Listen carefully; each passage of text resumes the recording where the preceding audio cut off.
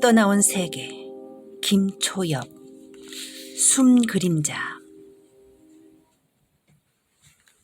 조아는 부서진 우주섬과 함께 얼음 밑에서 발견되었다. 몇 달 전 극지방을 조사하러 간 탐사대가 처참한 사고 현장을 발견했을 때 그곳에는 얼음 아래 수백 개의 캐빈들이 동면 상태로 파묻혀 있었다. 단단히 언 상태였는데도 과거의 추락사고로 큰 충격이 가해졌는지 캐빈 안에 있던 사람들은 모두 심한 손상을 입었다. 탐사대는 캐빈들을 기지로 가져오는 대신 얼음 밑에 그냥 두었다.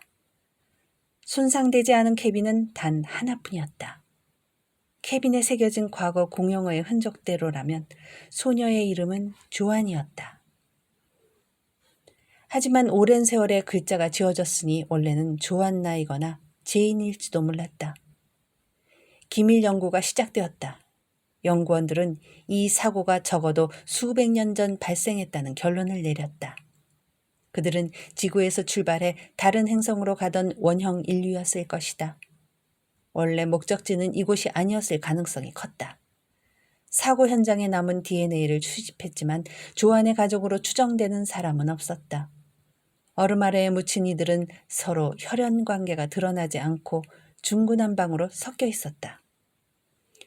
불시착한 것으로 추측되는 소형 탈출 셔틀과 블랙박스를 통해 학자들은 사고의 원인을 역추적했다.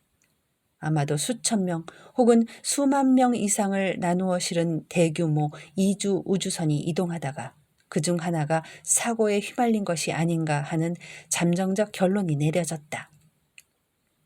어떤 학자들은 조안을 되살리는 것에 반대했다. 이미 수백 년 전 죽은 것이나 다름없는 사람이 숨그림자에 도움이 될지는 알 수 없었다. 원형 인류가 살아있다는 것이 알려지면 오히려 지하세계가 혼란스러워질 것이 분명했다. 다른 행성을 찾아가던 이주 우주선의 존재는 이 행성의 유독한 대기층 바깥 어딘가 멀지 않은 곳에 인류의 다른 터전이 있을 가능성을 암시한다. 그것을 희망이라고 부를 수도 있겠지만 섣부른 희망을 이르게 공표할 필요는 없었다.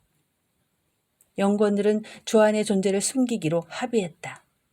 조안을 밖으로 내보내서는 안 된다는 명분도 있었다. 조안을 보호하기 위해서 공간을 완전히 격리해둔 거란다. 우리가 대화할 때 사용하는 입자들이 저 아이에게 어떤 영향을 미칠지 모르니까. 원형 인류는 우리만큼 후각 수용체가 섬세하게 발달하지 않았고 뇌실에 서식하는 마이크로 바이옴도 없거든. 어떤 입자는 심지어 저 아이에게 신경독으로 작용하는 것 같다구나. 동면에서 깨어난 조안을 대면한 역사학자의 말에 의하면 조안은 과거에 공용어를 쓸 줄 알았다. 처음에는 혼란스러운 듯 공용어로 더듬거리며 이곳이 어디냐고 묻기도 했다. 조안이 음성언어로 말하고 있음을 알아차린 학자들이 수백 년이 지난 라이브러리에서 공용어 데이터를 복원해 어설픈 이중 통역기를 만들어 가져왔다. 그러나 통역기를 통해 조안에게 상황을 간략히 알려주자 조안은 말을 모르는 것처럼 그날부터 입을 꾹 다물어 버렸다. 누군가 다니에게 권유했다. 실험실 동물처럼 갇혀있는 상대와 대화를 해야 한다는 게 망설여졌지만 다니는 어쩔 수 없이 유리벽을 사이에 두고 조안과 마주 앉았다. 색소가 옅은 눈이 다니를 향하며 깜빡였다. 무알아 수군거리던 연구원들도 그 모습을 보고 조용해졌다. 다니는 창백한 숨그림자 사람들과는 다르게 혈색을 띤 조안의 연분홍색 피부와 밝은 다갈색의 머리색을 보였다. 어제만 해도 짐승처럼 흐트러져 있었던 머리는 이제 단정히 묶여 있었다. 조안은 눈을 가늘게 떴다. 다니가 그러듯이 조안 역시 다니를 관찰하고 있었다. 어색한 침묵을 깨고 다니가 말했다. 안녕. 조안과 이야기하려면 의미 통역기를 써야 해. 연구원이 뒤늦게 생각난 듯 기계 하나를 들고 다니에게로 왔다. 기계는 대충 만든 것처럼 부품이 튀어나온 데다 마감이 허술했는데 연구원은 다니의 손목 분비선 근처에 그 조악한 기계를 둘렀다.